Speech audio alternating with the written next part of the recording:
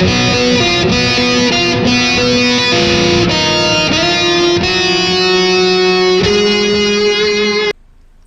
going on? It's the Big Rig Bull, Texas truck accident lawyer, Reshard Alexander, here again today on a Tuesday afternoon. Well, I tell you what, I don't know if it's that cold front that's coming through today or what, but I am in here like Jon Snow today, King of the North, because it is cold in here today. So, just working on my cases as usual, and building out more of this website today. I just can't seem to stay away from it, knowing that I need to get it completed, because this is a good bit of how I will bring a bunch of traffic into my office, but it's a lot that I'm putting in here, and I don't necessarily know if I need all the things that I'm adding, but I really just kind of want to. This is probably the last site that I'm probably going to ever really build truly, so I want it to be as complete and as thorough as possible, so that I don't ever have to really look at this again. I can just pretty much work and that be it. But the thing about it is, a lot of people would say, well, why don't you just pay someone to make a site for you? But the thing is that personal injury websites tend to be really expensive. Number one, I mean, good ones, not something that you just throw up on the internet, but really good ones tend to be pretty expensive. And they have to be somewhat thorough when when people are coming to your site and they're looking for information. So like I said, this will be the last site that I probably will build ever.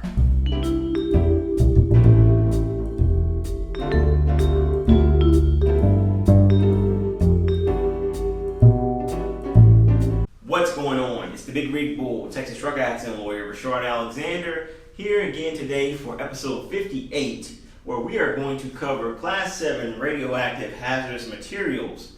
Okay, so let's just jump right into it.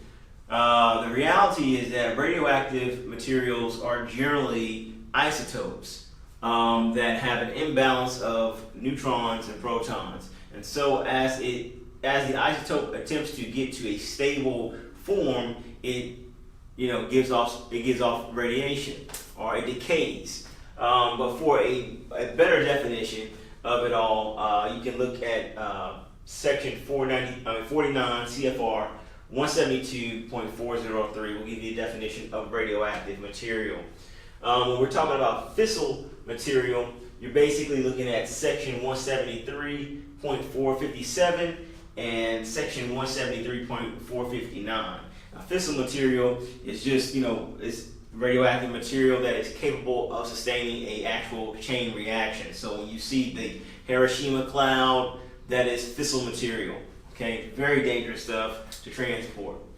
When we're talking about loading and unloading Class 7 radioactive hazardous materials, so the number of packages, which is defined, the term package for this particular section is defined in 172.402.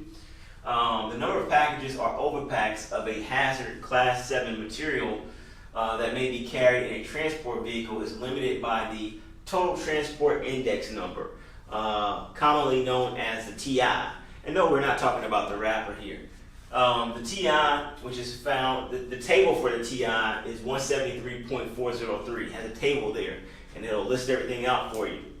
So the TI may not exceed 50, okay, and you're going to determine the TI by basically looking at all the labels on the individual packages or the overpacks in the commercial motor vehicle, okay?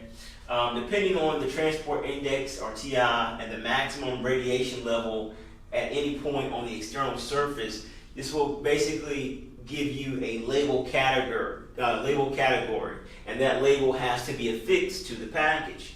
Now, the lowest category label level is white 1. and then it proceeds up to yellow 2 and to yellow 3. Yellow 3 is like the most dangerous one.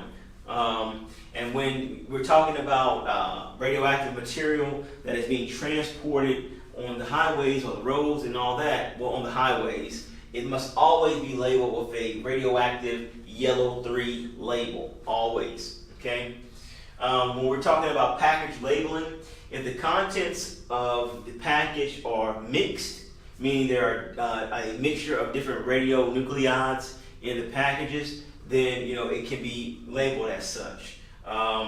If the activity label is determined by adding the number of becquerels of the materials, and the placarding of a Class 7 hazardous material truck is determined by the actual Class 7 label affixed to the package and not the actual package itself.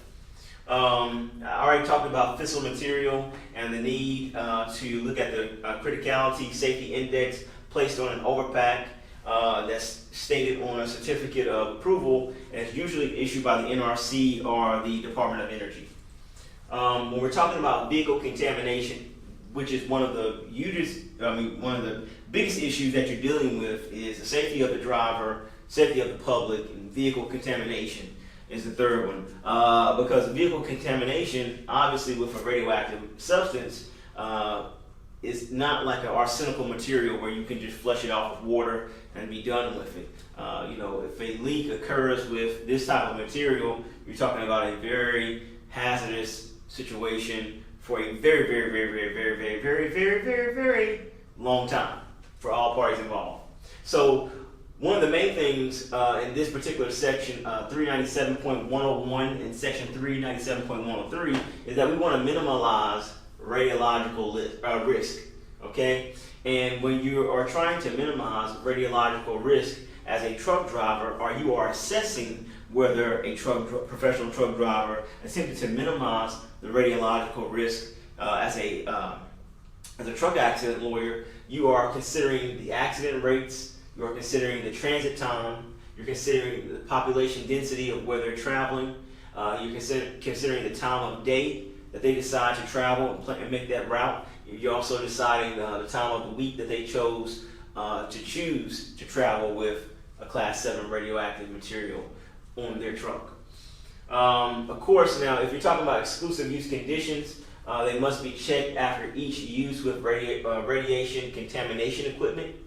And if an accessible radiation dose on a surface must be 0.005 millisievert per hour. Non-fixed contamination is not greater than prescribed in section 173.443.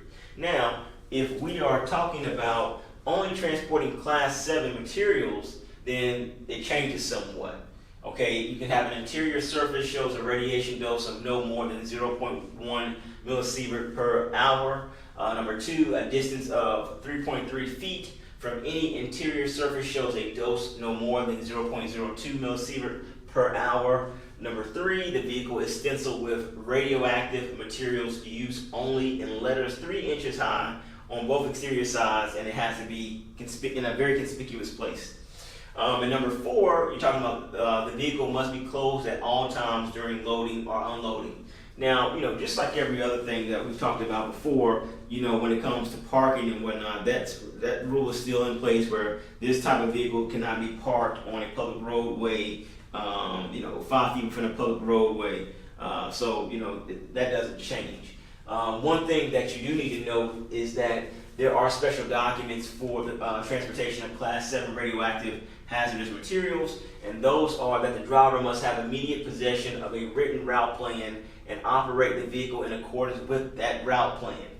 Obviously, it goes without saying that with a material such as this, we want this to be highly regulated. I know that we like to argue about regulations in this country and whatnot, but with something that is this dangerous, we want a product or a material such as this to be highly regulated, and we want to know where it is at all times. And the other thing is that the truck driver, the professional truck driver, must also possess a certificate of training required by section 397.101E. So this today concludes episode 58 of Class 7 Hazardous Materials, Radioactive Materials. I hope this has been helpful for you. If it has, please hit the subscribe button on YouTube. And I look forward to seeing you again tomorrow. This is the Big Rig Bull, Texas Truck Accident Lawyer, Reshard Alexander, hoping you have a blessed day.